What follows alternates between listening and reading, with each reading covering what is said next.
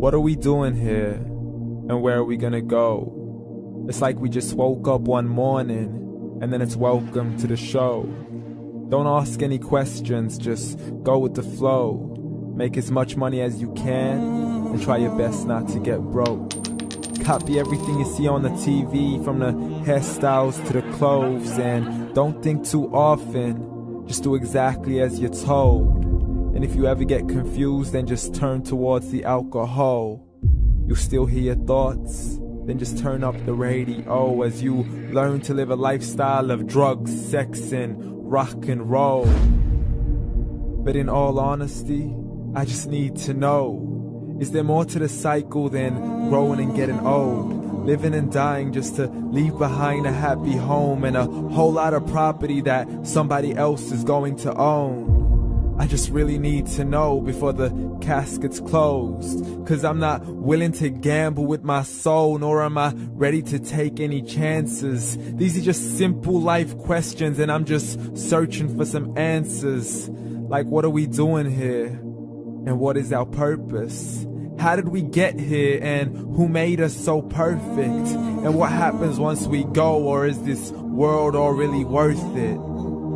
Questions we don't answer because apparently we don't really have to. There's no purpose to this life and our existence is merely natural. Then in that case, please let me ask you, did you create yourself, or was it somebody else who had fashioned you? 'Cause you're a being that's impeccable, faultless and unparalleled. You're a product of supreme intelligence, and I'm merely being rational. For there isn't a camera on this earth that can come close to the human eye, nor a computer that can compete alongside the human mind. And if the whole world was to come together, we wouldn't be able to create a single fly. So many signs, yet we still deny. As science tries to justify that all this could come from none, when it's a simple sum. 0 plus 0 plus 0 cannot possibly ever give you 1. So from where did all this order come? For everything has its origins, a maker, a creator of its own. I mean, the only reason you're watching this video is because somebody had to press upload. So we can believe in the Big Bang, but I'd rather believe in He who caused it to explode. Allah, the creator of everything along with every single soul. The ever-living, the master, the only one who is in control. Unlike his creation, beyond our imagination. And no, he's not a man, nor does he have any partners in association.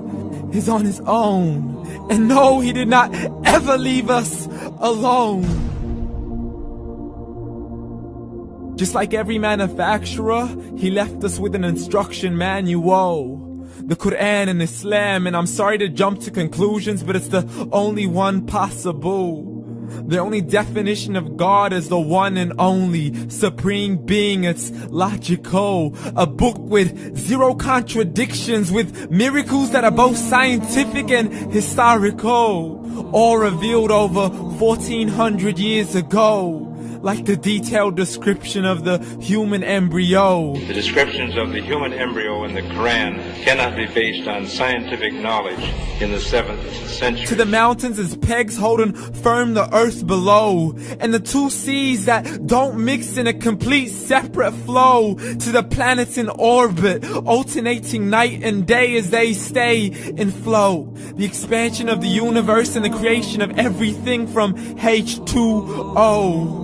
To the stories of the past and the preservation of Pharaoh. To identifying the lowest point in the land where Persia defeated Rome. The gushing fluid that created man in the glands between the ribs and the backbone. And not a word has changed, it's still the same. So please explain how all this was known over 1400 years ago.